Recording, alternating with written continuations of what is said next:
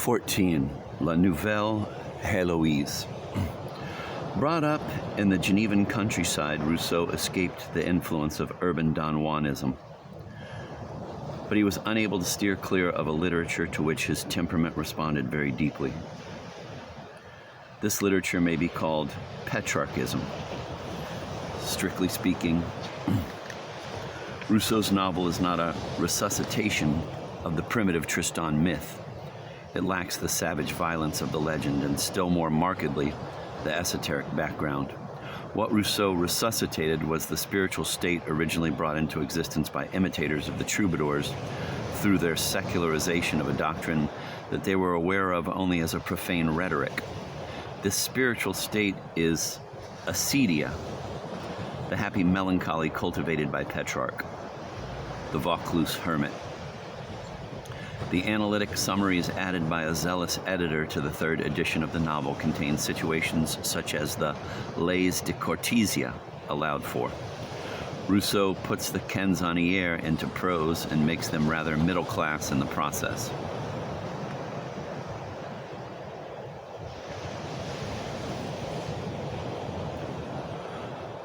Footnote, a quotation here and allusion there show that Rousseau was well acquainted with Petrarch, the real inventor of a feeling for nature and of the poetry of solitude.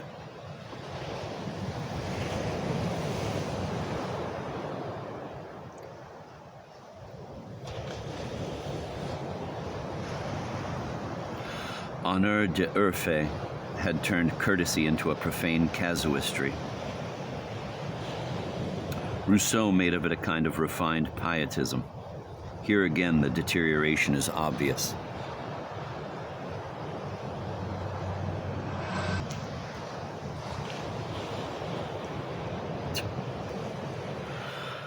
Virtue is so essential to our hearts that when once true virtue has been forsaken, we fashion another to our own liking, and hold it to perhaps the more strongly for having chosen it ourselves.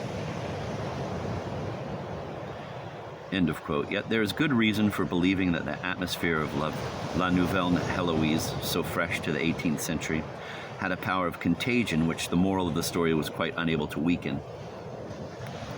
And it is in this contagious power that the myth unquestionably reappears, enfeebled, ashamed, and embarrassed, but thanks to an indefinable funereal shudder, recognizable enough through the veil of virtuous tears. Hardly has St. Preux had his expectations fulfilled, then he begins gloomily to doubt. Quote, "No," he says, "it is not those transports that I most regret. Ah, no, take away if you must those intoxicating favors of which I would lay down my life 1,000 times, but give me back everything else, all that has 1,000 times obliterated them. Give me back that close union of soul. Julie, please tell me, can it be that previously I did not love you? Or is it that I now love you no longer? What a doubt," end of quote. The ambiguity of his sigh frightens him, and yet he goes on to admit with a kind of vexation which he barely conceals, quote, "My feelings for you have become more clear, it is true, but also more affectionate and moreover of a different kind. The sweetness of friendship moderates the frenzy of love."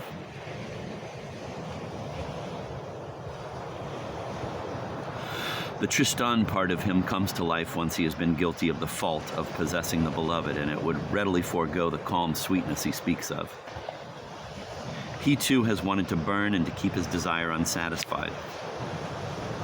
He too is going to invent fresh and altogether gratuitous obstructions, excuses for parting in situations voluptuously hopeless.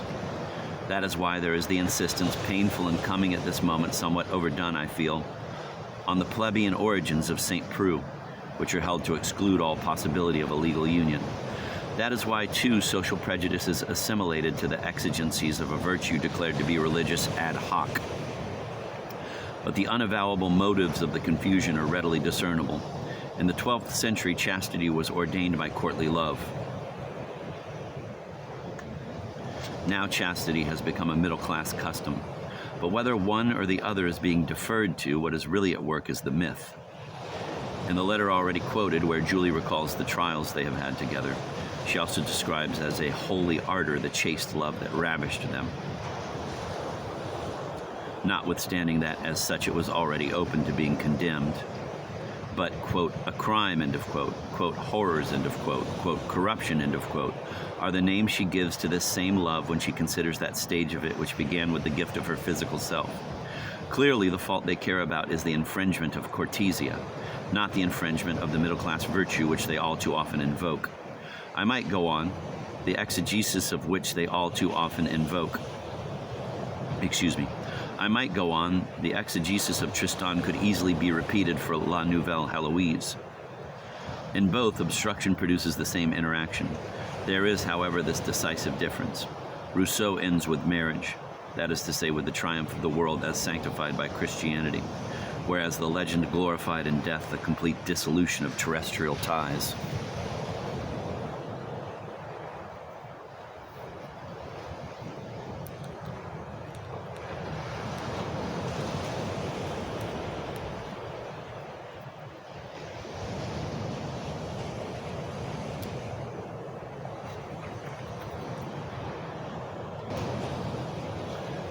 German Romanticism.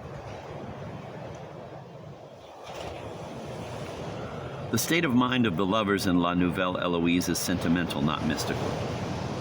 Footnote, it may be Rousseau's fault, or more likely that of the poetical movement known as symbolism, but nowadays many ladies imagine that mystical means sentimental. Stained glass, blue shadows, arpeggios, mental somnolence, sensual reverie, end of footnote. Yet it was by taking this state of mind as a starting point that Romanticism set out to recover a primitive mysticism with which it was unacquainted, but the sacred and fatal power of which it grew aware of in flashes.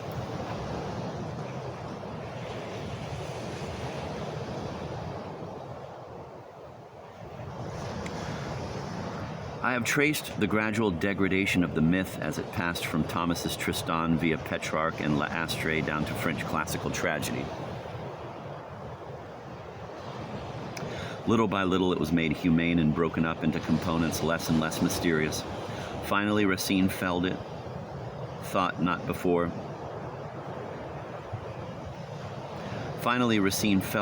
not before he had suffered a most grievous wound in the course of his struggles with the Dark Angel. Then Don Juan sprang on the stage, and from Molière to Mozart, the myth underwent a major eclipse. But with the appearance of Rousseau's novel, which was produced on the margin, so to speak, of the 18th century, we are launched upon a new journey. A journey over the same road, but in the opposite direction. Via Werther, a retort to the Heloise, which, in ending far more badly, is closer to the original model, we come to Jean-Paul, Hölderlin, and Novalis. Amid the commotion of the French Revolution, the terror, and the ensuing European wars, it became possible to make certain admissions, and a certain kind of suffering was enabled to proclaim its true nature. For the first time, the worship of darkness and of death rose up into the field of lyric awareness. Hardly had Napoleon been overcome than Europe was invaded by a more insidious tyranny, which lasted till the day Wagner caused the myth all at once to stand forth to its full height and charged with its full virulence. Music alone could utter the unutterable, and music forced the final secret of Tristan.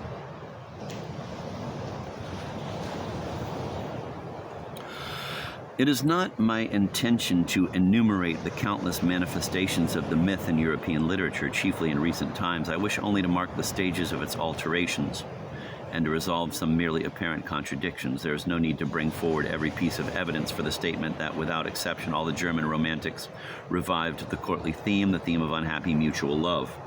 Footnote.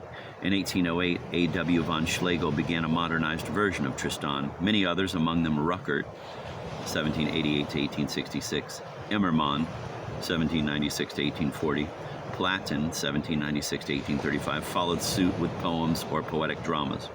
Platen's poem begins, quote, "He whose eyes have once beheld beauty is already marked out for death," end of quote.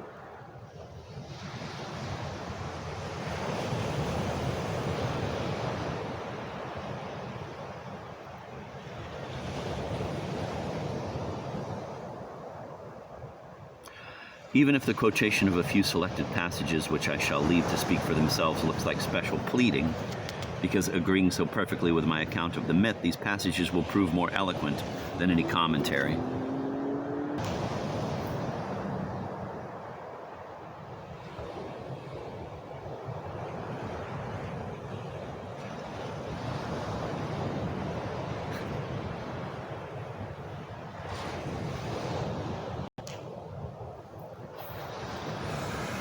Here is a letter to Holderlin from his Diotima.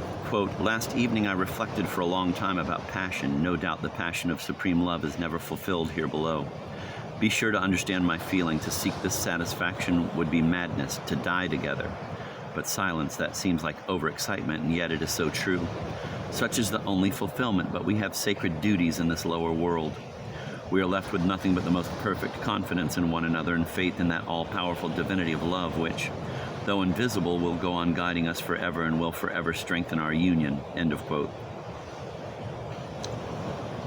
I quote from the private diary of Novalis, quote, "It occurred to me while seated on the tomb of his betrothed that my death could provide mankind with an ensample of everlasting fidelity, and in a way establish that it is possible to love as I have loved. When pain is being shunned, that is a sign that one no longer wants to love. Whoever loves must everlastingly remain aware of the surrounding void and keep the wound open. May God grant that I shall preserve this pain which is exquisitely dear to me. Our vows were not exchanged for this world." End of quote. And here are some of the maxims of Novalis. Quote, "All passions end like a tragedy. Whatever is finite ends in death. All poetry has a tragic element. A union formed even unto death is a marriage bestowing on each a companion for night. It is in death that love is sweetest. Death appears to one still alive as a nuptial night, the heart of sweet mysteries. The intoxication of the senses may be related to love as sleep is to life. It is not the better part, and a man of strength must always prefer waking to sleeping." End of quote. The following two passages strike a truly Manichaean note. Quote, "We must keep God and nature apart. God has nothing to do with nature. He is its goal, the substance in which it must eventually be harmonized. We are spirits that have come out of God. We are divine seed. One day we shall become even as our Father himself." End of quote. Footnote, the painter Otto Runge had a Manichaean view of the world also. In a vast undertaking which he projected, quote, "the four seasons," end of quote, he intended to depict the four seasons of the spirit: morning, infinite illumination of the universe; day, infinite form of the created; evening, infinite negation of existence at the beginning of the universe; night, infinite depths of the knowledge of God, the absolute existence." End of footnote.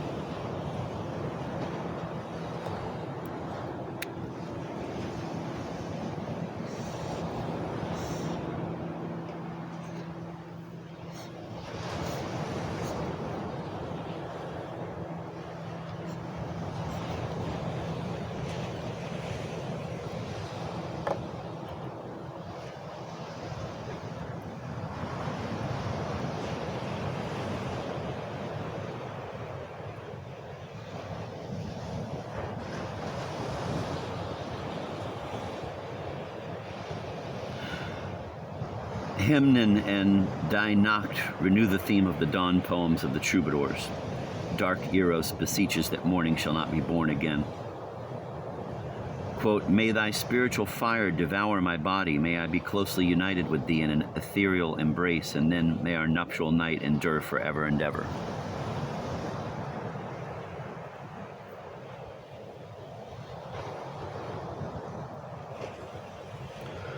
And there might be quoted all those works of Tieck's, in which love is termed a sickness of desire, divine apathy.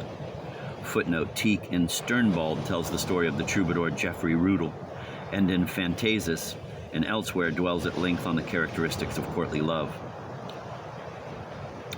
To extol, that's the end of the footnote, to extol a death undergone deliberately for the sake of love and in order to be absorbed into the divine, such was the deep religious purpose of the new Albigensian heresy called German Romanticism. Death is the ideal goal of lofty men in Jean-Paul's Die Unsichtbare Loge. In Novalis, death blends with love.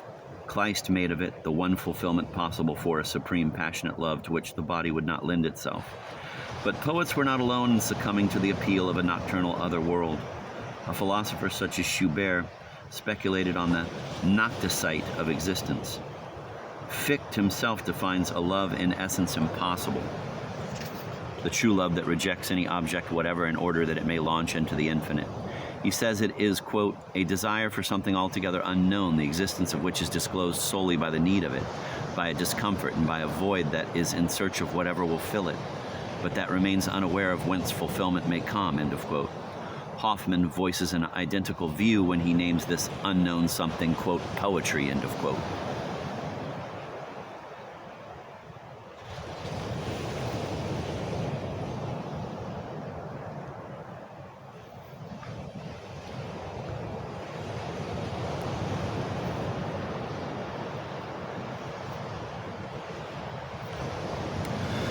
Quote, and now, he says, there shoots up like a pure celestial flame, giving out warmth and light, but not burning, all the ineffable felicity of the higher life born in the innermost recesses of the soul.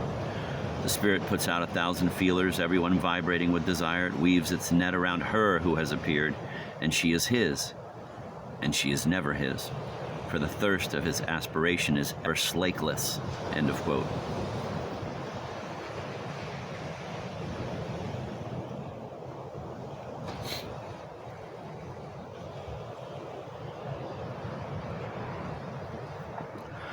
In German Romanticism, the Western mind set out again on the venture previously undertaken by the unitive mystics.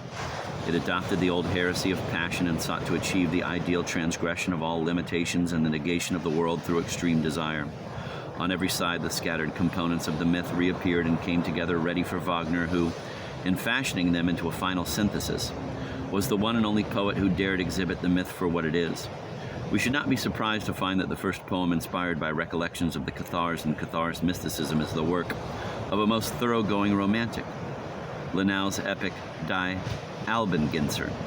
The following lines from this poem form a kind of profession of faith of that, quote, new religion, end of quote, dreamed of by Novalis and his friends. Quote, the age of Christ now screened from us by God. This age also will pass. The new alliance will be broken, and then our God we shall behold as spirit. There shall be celebrated the alliance everlasting. Spirit is God. That almighty cry will go resounding, like joyful thunder through the springtime night. End of quote.